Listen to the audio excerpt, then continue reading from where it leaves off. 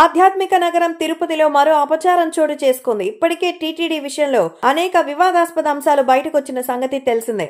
తిరుమల లడ్డు కల్తీ అంశం ప్రపంచాన్ని కుదిపేసింది. లక్షలాది మంది భక్తుల మనోభావాలను దెబ్బతీసిందైతే ప్రధానంగా తిరుమలలో అన్యమతస్థుల ప్రభావం, మత మార్పిడులు, అంతకు మించి ప్రచారాలు జరుగుతూ ఉన్నాయనేటువంటి ఆరోపణలు ఉన్నాయి. ఇటువంటి తరుణంలో తాజాగా మరో ఘటన ఒకటి వెలుగులోకి వచ్చింది. కొందరు ఆగంతుకులు తిరుపతిలో ఏకంగా అన్నమయ్య విగ్రహానికి శాంతాక్లాస్ టోపీ పెట్టారు. దీంతో హిందూ భక్తులు భగ్గుమంటున్నారు. అన్నమయ్య విగ్రహానికి శాంతాక్లాస్ టోపీ పెట్టిన ఈ ఘటనపై తిరుపతిలోని హిందూ సంఘాలు ఆందోళన చేపట్టాయి. విషయం తెలియగానే బజరంగ్ దళ్ తో పాటు ఇతర హిందూ సంఘాల నాయకులు అక్కడ చేరుకుని నిరసన తెలిపారు. హిందువుల మనోభావాలు దెబ్బతీశారంటూ ఆగ్రహం వ్యక్తం చేశారు. న్యాయం చేయాలని కోరుతూ రోడ్డుపై బైఠాయించారు. మరో 24 గంటల వ్యవధిలో క్రిస్మస్ వేడుకలు జరగనున్నాయి. ఇటువంటి తరుణంలో అన్నమయ్య విగ్రహంపై శాంతాక్లాస్ టోపీ పెట్టడంపై రకరకాల విమర్శలు వ్యక్తమవుతోంది.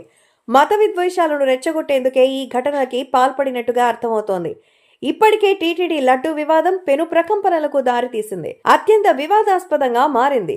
దీనిపై ప్రత్యేక దర్యాప్తు బృందం సిట్ విచారణ కొనసాగుతోంది. అలా ఉండగానే ఇప్పుడు అదే తిరుపతిలో ఏకంగా అన్నమయ్య విగ్రహంపైనే కుట్ర జరగడం సంచలనంగా మారింది. తిరుమల తిరుపతి దేవస్థానంతో పాటు తిరుపతిలో చాప కింద నీరులాగా అన్యమత ప్రచారం జరుగుతోందన్న అనుమానాలున్నాయి. దీనిపై పటిష్ట చర్యలు చేపట్టాలని భక్తులు కోరుతున్నారు.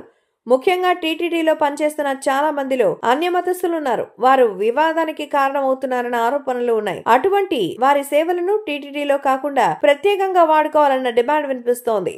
సరిగ్గా తిరుమలలో ఈ ఘటన జరగడం, ఇదే రోజు టీటీడీ సర్వసభ్య సమావేశం జరుగుతుండటంతో అందరి దృష్టి దానిపై పడింది. ముఖ్యంగా టీటీడీలో పనిచేస్తున్న అన్యమతస్థుల విషయంలో కీలక నిర్ణయం తీసుకోవాల్సిన అవసరం ఉంది. మరేం చేస్తారో చూడాలి.